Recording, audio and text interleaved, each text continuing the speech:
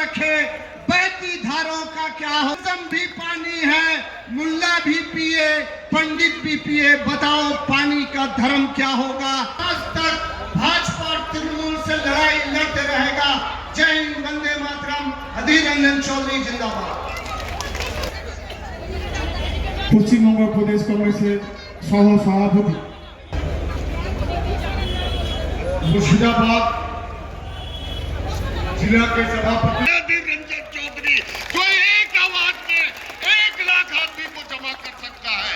मुझे खुशी है, मैं उर्दू का एक शेर रहा था कि अभी गनीमत है, अभी गनीमत है, अभी गनीमत है सब्र मेरा, सब्र के माने पैशन भरा नहीं हूँ, मुझे वो मुर्दा समझ रहा है, मुझे ये कह दो कि एक बात कही, उसने कहा পশ্চিমবঙ্গে এসআই হচ্ছে কোথায়?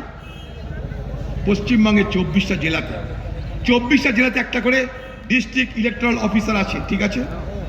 পশ্চিমবঙ্গে বুথ কত? 80,681টা। পশ্চিমবঙ্গে বিএলও কত? 80,681, ঠিক আছে? পশ্চিমবঙ্গে প্রত্যেকটা বিধানসভা এবং প্রত্যেকটা ব্লকে এআরও আছে, সেই রকম এআরও সংখ্যা 3,353, ঠিক আছে? আমি কথাটা কেন বলছি? এই কারণে বলছি যে ভারতবর্ষের নির্বাচন কমিশন তাদের হাতে কত স্টাফ আছে, তাদের হাতে কত কর্মচারী আছে এসআইআর করার জন্য। তাদের হাতে মোট কর্মচারী আছে ভারতবর্ষের নির্বাচন কমিশনের 800 জন মাত্র। 800 জন নির্বাচন কমিশনের কর্মচারী, 800 জন যারা সিধা নির্বাচন কমিশনের লোক। বাকি আজকে যে এসআইআর হচ্ছে সেটা কারা করছে? রাজ্যের অফিসাররা, রাজ্যের বিএলওরা। 80,681 বিএলও তারা কারা? তারা সরকারি কর্মচারী। সরকারি কর্মচারী কারা হয়? এসডিএম কারা হয়? বিএলও কারা হচ্ছে? ডিস্ট্রিক্ট ম্যাজিস্ট্রেট কারা হচ্ছে? আপনারা সবাই জানেন, রাজ্য সরকারের লোক তারা। বাংলার মুখ্যমন্ত্রী যখন এসআইআর হলো বিহারে ভোটের সময় বিজেপিকে হারানোর জন্য একবারও আবেদন করেননি, কিন্তু যখন বাংলায় এই এসআইআর হওয়ার কথা শুরু হলো তখন তিনি কি বললেন? আমি বাংলায় এসআইআর হতে দেব না, রক্ত গঙ্গা বইয়ে দিব, কে কি করে দেখে নিব, আগুন জ্বালিয়ে দিব। এখন আবার বলছে ভোটের পর নাকি সারা দেশকে হিলাবে। হিলতে হিলতে বাংলা হেলে পড়ে গেছে, এখন নাকি দেশকে হিলাবে বাংলার মুখ্যমন্ত্রী, দেশকে হিলাবে।